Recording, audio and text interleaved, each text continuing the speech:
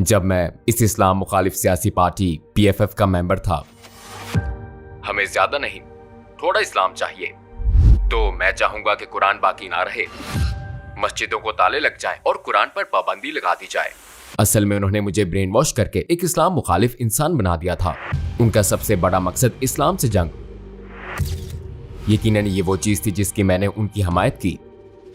शायद मैं इस मजहब से नफरत करता था। मेरा यकीन था कि इस्लाम का मजहब समाज और हमारी आजादी के लिए खतरा है। क्या मुझे इस्लाम से कोई मसला है? हाँ, मुझे इस्लाम से मसला है। जाहिर है मुझे इस पर बेहद अफसोस है, लेकिन मैं ऐसे कुछ प्रोजेक्ट्स में शामिल था, बिल्कुल था। अस्सलाम वालेकुम भाई आर्नोल्ड, शुक्रिया आप हमारी दावत पर तशरीफ लाए। मैं इस सवाल से शुरू करूंगा कि आर्नोल्ड वान डॉन कौन है? वालेकुम अस्सलाम, मुझे यहाँ बुलाने का शुक्रिया। यहाँ ना मेरे लिए एजाज की बात। मेरा नाम आर्नोल्ड वान डॉन है। मेरी उम्र 56 साल है। मैं सन 2013 से मुसलमान हूँ, अल्हम्दुलिल्लाह। मैं हैग नीदरलैंड में पैदा हुआ और वहीं पला बड़ा। मैं क्रिश्चियन बैकग्राउंड से हूँ और इसी हैसियत से परवरिश पाई मैं सियासत में एक्टिव हो गया। फिर PFF नामी इस्लाम मुखालिफ टच पार्टी का मेंबर बना, लेकिन मैं 2013 में मुसलमान हो गया, अल्हम्दुलिल्लाह। तकरीबन 10 साल हो गए। मैं हाल इस मीडिया की दावत पर यहाँ इस्तांबुल में हूँ। वो एक प्रोजेक्ट कर रहे हैं। वो 40 से ज्यादा मुल्कों के सैकड़ों नौ मुस्लिमों के इंटरव्यू कर रहे हैं और मैं उनमें से एक हूँ। तो इस अजीम शहर में आना और ये इंटरव्यू देना मेरे लिए बड़े एजाज की बात है। अकीदे के लिहाज से आपकी जिंदगी कैसी थी? आपका किस पर ईमान था? मैं क्रिश्चियन के तौर पर पला बढ़ा। मैं Catholic school, Catholic sports club वगैरह में रहा। मेरे वालिद एक प्रैक्टिकल क्रिश्चियन थे। मैं इतवार और कभी हफ्ते के दरमियान चर्च जाता था, लेकिन मैं कभी 100% मुतमिन नहीं हुआ और ये सिर्फ मामूल का आना जाना था। मुझे जाना पड़ता था, लेकिन किसी चीज की कमी महसूस होती थी, शायद अब दिल की गहराई में, और मुझे हासिल होने वाले इल्म के साथ ये कैफियत हो। मगर बहुत छोटी उम्र में भी मुझे किसी चीज की कमी लगती थी। कुछ चीजें मुझे बिल्कुल समझ में नहीं आती थी। 3 खुदा कैसे हो सकते हैं? यीशु मसीह, ईसा अलैहिस्सलाम खुदा के बेटे कैसे हो सकते हैं? वाकई बात अकल में नहीं आती थी। फिर कुछ और चीजें भी हैं जो मेरे लिए बहुत अजीब थी। मसलन यीशु मसीह का खून और जिस्म, चर्च में ये सारी रस्मी चीजें देखने को मिलती थी। मेरी अकल में ये बात नहीं आती थी। मैं पूरी वजाहत न कर सका कि क्यों, क्योंकि उस वक्त मैं बहुत छोटा था, लेकिन मैं किसी चीज की कमी महसूस करता था। पहली मर्तबा आपने इस्लाम के बारे में कब सुना? इस मजहब के बारे में आपका तसव्वुर क्या था? मैंने मगरबी मुल्कों के ज्यादातर लोगों की तरह इस्लाम के बारे में मीडिया और सियासतदानों से सुना। इस्लाम को 9/11, औरतों पर जुल्म और दहशतगर्दी की तमाम सरगर्मियों की वजह से खतरा समझा जाता था। और नीदरलैंड और मगरबी यूरोप का मसला यह है कि लोग इस्लाम को खुद से स्टडी नहीं करते, वो बस मीडिया और सियासतदानों पर यकीन कर लेते हैं। तो मैंने भी यही किया। मैं इस्लाम के मुतालिक सिर्फ ये जानता था कि ये मनफी है, खतरनाक है। शायद मैं इस मजहब से नफरत करता था। मेरा यकीन था कि इस्लाम का मजहब समाज और हमारी आजादी के लिए खतरा है। जब मैं इस इस्लाम मुखालिफ सियासी पार्टी PFF का मेंबर था, उनके सबसे बड़े मकसद इस्लाम से जंग की मैंने हमायत की, क्योंकि मेरे ख्याल में ये जरूरी था और मेरा इस पर यकीन था। क्या ऐसे इस्लाम मुखालिफ प्रोजेक्ट्स थे जिनमें आप शामिल हुए हो? हाँ, आपने वो मशहूर मूवी देखी है। मैं उसका प्रोड्यूसर नहीं हूँ। बहुत से लोग यही समझते हैं क्योंकि ये मूवी मेरे सियासी पार्टी में एक्टिव होने से पहले बनाई गई थी, लेकिन मैं मूवी को सोशल मीडिया पर प्रमोट करने और इसी तरह के दूसरे कामों में इसकी तकसीम करने वाले कुछ दूसरे लोगों के साथ था। यानी मैं इस ऑर्गेनाइजेशन और मूवी की प्रमोशन का हिस्सा था। ये चंद मिसालों में से एक है। जाहिर है अब मुझे इस पर बेहद अफसोस है, लेकिन मैं ऐसे कुछ प्रोजेक्ट्स में शामिल था, बिल्कुल था। किस वजह से आपको इस्लाम की तरफ कशिश महसूस हुई? मुझे फौरन ही इस्लाम की तरफ कशिश महसूस नहीं हुई। ऐसा नहीं हुआ कि मैं सुबह उठा और मुसलमान हो गया, जाहिर है नहीं, लेकिन मुझे इस्लाम के मुताल्लिक कुछ डाउट्स थे। ये बात मेरी अकल में नहीं आती थी। मीडिया हो, सियासतदान हो, ये सब कहते हैं इस्लाम बुराई फैलाता है और ये मुआशरे के लिए, हमारी आजादी के लिए बुरा है और ये बुराई से भरा हुआ है, लेकिन ये बात अकल में नहीं आती थी। दुनिया के 1.5 बिलियन लोग क्या सब बुरे, कुसीले और खतरनाक लोग हैं? हॉलैंड में 1 मिलियन से ज्यादा लोग मुसलमान हैं। क्या ये सब बुरे, कुसीले और खतरनाक लोग हैं? और कितने ज्यादा लोग मुसलमान हैं? बहुत से लोग अच्छे, नेक और दोस्ताना हैं, जिन्हें मैं खुद जानता हूँ, और वो कहते हैं कि आपको इस्लाम के मुतालिक जानना चाहिए क्योंकि इस्लाम के बारे में आपके ख्यालात गलत हैं। हाँ, यकीनन। मगर मैंने कुरान पढ़कर इस्लाम के मुतालिक जानना शुरू किया। मैं मस्जिद गया, इमामों से, दूसरे मुसलमानों से बात की, खुद थोड़ी बहुत रिसर्च की। मैं लाइब्रेरी गया, और आप इस्लाम के बारे में जितना ज्यादा जानते हैं ये उतना ही हर एक के लिए और खसूसन मेरे लिए वाज़ेह हो गया। लेकिन उस अरसे के दौरान मैंने जितना इस्लाम के मुतालिक जाना, ये उतना ही मेरे दिमाग से दिल में उतर गया। गोया ये एहसास हुआ, वाह ये शानदार है, खूबसूरत है, ये कुछ सवालों के जवाब दे रहा है, ये सब लोग गलती पर हैं, ये शानदार मजहब है। मेरे ख्याल में इस मजहब के पास मेरे सवालों के जवाब हैं।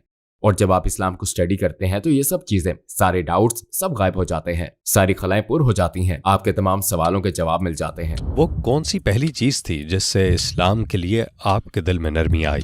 ये वो सवाल है जो बहुत से लोग मुझसे पूछते हैं, और ये कुरान के सिर्फ एक खास हिस्से एक मखसूस आयत की बात नहीं है, बल्कि ये खुद इस्लाम और पैगंबर सल्लल्लाहु अलैहि वसल्लम की जिंदगी की बात है। यह नेदरलैंड में किताब है, इसका नाम है मोहम्मद और यह आप सल्लल्लाहु अलैहि वसल्लम की जिंदगी पर है। इसने भी मुझे बहुत मोटिवेट किया। मेरे लिए तो ये एक रिसर्च थी। मैं इस्लाम के मुतालिक स्टडी कर रहा था और ये मेरी मुफाद परस्ती के बायस बहुत सुस्त रफ्तार अमल था। यानी ठीक है, मैं इस्लाम को स्टडी करूंगा, लेकिन ये सब झूठे हैं और ये सच नहीं है। ये मुझे ब्रेन वॉश कर रहे हैं। मस्जिद में होने वाली बातें, हाँ वो बहुत अच्छी होती हैं, लेकिन मेरे ख्याल में ध्यानदार नहीं थी। लेकिन आप जितना ज्यादा सीखते हैं, आप खुले जहन से इस्लाम पर जितनी ज्यादा रिसर्च करते हैं, खुले दिल खुले जहन के साथ ये करना बहुत जरूरी है, तो फिर आप सच का इनकार नहीं कर सकते। बहरहाल एक लंबे सफर के बाद एक गैर मुस्लिम से तकरीबन मुसलमान होने तक मुझे तकरीबन 1 साल लगा, लेकिन आखिरकार मुझ पर यह वाज़ेह हो गया कि इस्लाम एक शानदार मजहब है और 2013 में मैंने कलमा पढ़ लिया, अल्हम्दुलिल्लाह। आप उन लोगों के बारे में कैसा महसूस करते थे जो इस्लाम के खिलाफ ये सारा झूठा प्रोपेगेंडा कर रहे थे? मैं असल में मिसगाइड हो गया था। मेरा हमेशा से एक ख्याल था कि नेदरलैंड और मगरबी यूरोप में मीडिया दयानतदार और मकसीदियत का हामिल है, और यही ख्याल सियासतदानों से भी मुतालिक था कि वो दयानतदार और अक्लमंद लोग होते हैं, वो हमारे लिए, हमारे तहफ़्फ़ुज़ और हमारी रहनुमाई के लिए है। लेकिन मैंने उन्हें धोखेबाज महसूस किया। मतलब जब आप इस्लाम के बारे में जानते हैं तो आपको ये भी मालूम होता है कि इस्लाम के मुतालिक उनकी हर बात गलत है, ये मनफी है। तो मैं असल में बहुत मायूस हो गया था, क्योंकि उन्होंने मुझे ब्रेन वॉश करके एक इस्लाम मुखालिफ इंसान बना दिया। आपने कलमा कैसे पढ़ा? क्या आप हमें उन लम्हों में ले जा सकते हैं? अस्सलामुअलैकुम भाई और बहनों, हमने देखा है कि हमारे 80% नाजरीन बाशुमूल इस वीडियो के ने हमारे चैनल को सब्सक्राइब नहीं किया है। जैसा कि आप जानते हैं, हम एक गैर मुनाफा बख्श तंजीम है और हमने अपनी वीडियोस पर एड्स बंद रखी हैं। लिहाजा हम सिर्फ इसलिए कह रहे हैं ताकि सच्चाई को फैलाया जाए। ये एक छोटा सा अमल लग सकता है, लेकिन इंशाअल्लाह ये बहुत से लोगों के लिए रहनुमाई का जरिया होगा। आइए अब सब्सक्राइब बटन पर क्लिक करें और एक साथ चलें अब्दियत की तरफ।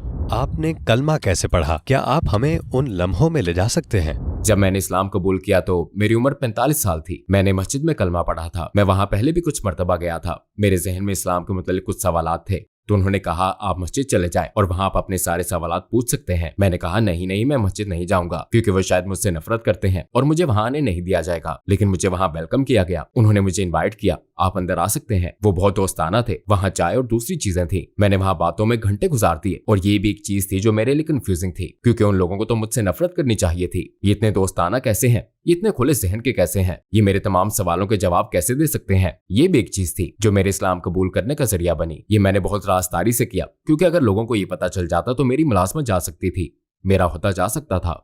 लेकिन उस वक्त मैं हिचकिचाहट का शिकार था। मैंने मस्जिद में कलमा पढ़ा था, लेकिन लोगों के सामने नहीं। मैं छोटे से दफ्तर में था जहां इमाम भी नहीं थे। बस मैं और मस्जिद का एक रज़ाकार था जो एक रहनुमा के तौर पर इस पूरे अमल में मेरी रहनुमाई कर रहा था। हमने कलमा पढ़ा, मगर वहां कोई और नहीं था। तो असल में इस्लाम के बारे में जानने की शुरुआत से लेकर मेरा कलमा पढ़ने तक ये चंद दिनों, चंद हफ्तों की बात नहीं थी।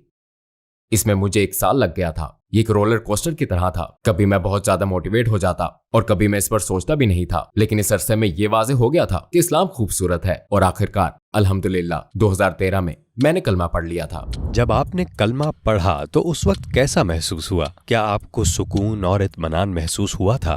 हाँ बिल्कुल।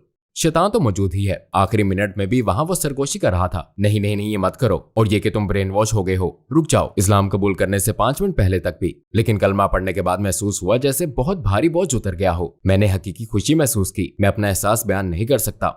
जो लोग ये कर चुके हैं वो शायद जान सके कि कैसा एहसास होता है। लगता है जैसे नया जन्म हुआ हो। आपके इर्द गिर्द के लोगों का आपके इस्लाम लाने पर क्या रद्द-ए-अमल था? वो तो हैरत में डूब गए। ईमानदारी की बात है, मैंने गलती की, क्योंकि मुसलमान होने और इस्लाम लाने का पूरा सफर मैंने अकेले किया। कोई इस बारे में नहीं जानता था सिवाय मेरी माँ के, और उन्होंने मुझे सपोर्ट किया। वैसे वो भी मुझे सपोर्ट करती हैं। मेरे दोस्त, मेरे कोलीग्स, कोई भी मेरे सफर के मुतालिक नहीं जानता था। लिहाजा मैं वक्त आने पर इससे थोड़ा खौफजदा था। ओके, अभी किसी को मालूम नहीं है कि मैं इस्लाम लाने की तरफ जा रहा हूँ, मगर ये उनके लिए शॉकिंग होगा। लिहाजा मैं बड़ी हिचकिचाहट का शिकार था। मैंने सामने आने के लिए चंद हफ्ते इंतजार किया, लेकिन मेरी बाकी फैमिली, ज्यादातर अफराद, यहाँ तक कि मेरे अपने भाई और बहन फासले पर रहते हैं। उन्होंने मुझसे ताल्लुक नहीं तोड़ा, लेकिन पहले जैसी बात भी नहीं है। इस्लाम वो मौजू है जिस पर हम बात नहीं करते। ये बहुत हसास है। मैं फासला महसूस करता हूँ। मेरे बहुत से दोस्त पिछड़ गए, मेरी मुलाजमत भी चली गई। इस्लाम लाने के बाद आपने कौन से बड़े चैलेंज का सामना किया और आपको क्या कुर्बानियां देनी पड़ी? जब मैं मुसलमान हुआ तो उस वक्त सियासतदान था, लेकिन मैं तब इस सियासी पार्टी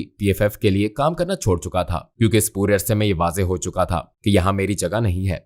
लेकिन उनके लिए भी ये बड़ी शॉकिंग न्यूज थी। अगर आप इस सियासी तंजीम, इस सियासी पार्टी में मुसलमान हो जाए तो आपका करियर खत्म हो जाता है। मेरा मुसलमान होना सबको मालूम हो जाने के बाद जाहिर है कि मेरी मुलाजमत चली गई, मेरे बहुत से दोस्त पिछड़ गए, मेरे कुछ फैमिली मेंबर्स खो गए, मेरे बहुत से कुलीग्स छूट गए। तो मुझे कुछ करना पड़ा, अपना घर बेचकर छोटे घर में आ गया, अपनी कार बेचनी पड़ी। मेरी जिंदगी थोड़ी बहुत अय्याशी वाली थी। मेरी नजर में एक कुर्बानी नहीं थी। पहले मेरे पास बहुत दौलत थी, खूब छुट्टियां, महंगी घड़ियां, एक खूबसूरत कार और बहुत कुछ, सब अच्छा और नायाब। लेकिन ये सब हैं तो सिर्फ चीजें ही। मैं अपने अंदर एक खालीपन महसूस करता था। लेकिन इस्लाम लाने के बाद ठीक है, मेरे पास ज्यादा पैसे नहीं है, लेकिन इतना खुशो-खुर्रम मैं पहले कभी नहीं था। तो इससे साबित होता है कि ये चीजें, ये मादियत परस्ती, दौलत और महंगी कारें आपके अंदर की खला को पूर्ण नहीं कर सकती। तो ये कुर्बानी मादी चीजों के हवाले से थी। हाँ, दोस्तों और फैमिली की कुर्बानी और उन्हें खो देना, बिल्कुल ये कुर्बानी है। बहरहाल मैं आज जितना खुश हूँ पहले कभी नहीं था। आपके मुसलमान होने के बाद क्या किसी और ने भी आपसे मुतासिर होकर इस्लाम कबूल किया?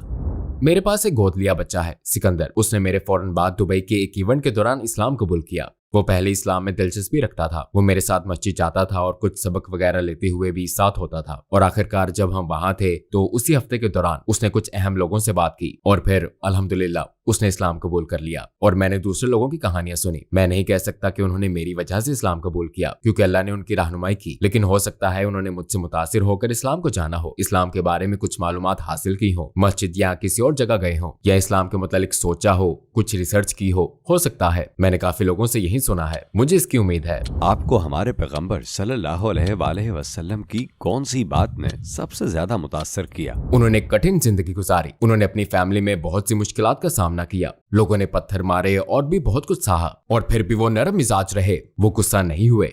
वो उसी तरह सब्र करने, माफ करने वाले, दोस्ताना, मुस्कुराते चेहरे, अदब, इखलाक वाले रहे। इन तमाम मुश्किलात, अपने मुकाबले पर मौजूद इन तमाम चीजों के बावजूद उनके किरदार में कोई तब्दीली नहीं आई। और मेरे लिए ये बहुत मुतासिरकुन बात है, और मैं भी यही चीज अपनाने की कोशिश कर रहा हूँ। अपने पैगंबर सल्लल्लाहु अलैहि वसल्लम जैसी जिंदगी गुजारने की अपनी सी कोशिश कर रहा हूँ। इस वक्त आप कौन से प्रोजेक्ट्स कर रहे हैं? मराकश में हमारे कुछ छोटे प्रोजेक्ट्स हैं, जहाँ हम गरीब लोगों, गरीब फैमिलीज की मदद करने की कोशिश कर रहे हैं। ये खसूसी इस्लामी मदद नहीं है, बल्कि हम उन्हें इस तरह मदद दे रहे हैं कि वो स्कूल जा सकें, उनके पास मटेरियल जैसे स्कूल की किताबें और दूसरी चीजें हों। हमें बहुत से बिजनेसमैन अतियात देते हैं और हम सड़कों पर रहने वाले लोगों के लिए छोटे छोटे घर बनाते और दीगर फलाही काम करते हैं। छोटे छोटे काम। हम छोटे बच्चों के लिए इवेंट्स ऑर्गेनाइज करते हैं और जाहिर है इस्लाम के मुतालिक भी बात करते हैं। यहाँ ऐसे लोग भी हैं जो मुझसे ज्यादा इस्लाम जानते हैं, क्योंकि मैं एक्सपर्ट नहीं हूँ, आलिम नहीं हूँ। वो मुझे इस्लाम के बारे में बताते हैं, आप क्या कर सकते हैं, कैसे बेहतर मुसलमान बन सकते हैं, और हम दावा के जरिए भी अतियात जमा करने की कोशिश करते हैं। अगर आपको दुनिया के तमाम गैर मुस्लिमों से बात करने का मौका मिले और आपके पास सिर्फ 1 मिनट हो, तो आप उनसे क्या कहेंगे? मेरा पैगाम होगा कि मीडिया की बात ना सुने, उन सियासतदानों को ना सुने जो इस्लाम के बारे में मनफी बात करते हैं। खुद अपनी रिसर्च करें। आप पर हमेशा अपने इल्म की जिम्मेदारी आयद होती है। अगर आपको कोई चीज समझ ना आए तो रिसर्च करें, और ये बहुत आसान है। सोशल मीडिया पर बेशुमार मवाद है। आप इस्लाम के बारे में बहुत कुछ पढ़ सकते हैं। मस्जिद जाएं, इमाम से बात करें, मुसलमानों के पास जाएं, इस मजहब के बारे में बात करें, और मीडिया और सियासतदान जो आपको बताएं उस पर अंधाधुंध एतमाद न करें। खुद अपनी रिसर्च करें, तब आपको मालूम हो जाएगा इंशाअल्लाह कि इस्लाम ही मसाइल का हल है और इस्लाम ही सच है। भाई अरनोद, इस खूबसूरत इंटरव्यू के लिए आपका शुक्रिया। मुस्तकबिल के प्रोजेक्ट्स में आपसे मुलाकात रहेगी इंशाअल्लाह। इंशाअल्लाह मैं जरूर वापस आऊंगा इंशाअल्लाह। मुझे बुलाने पर एक बार फिर बेहद शुक्रिया।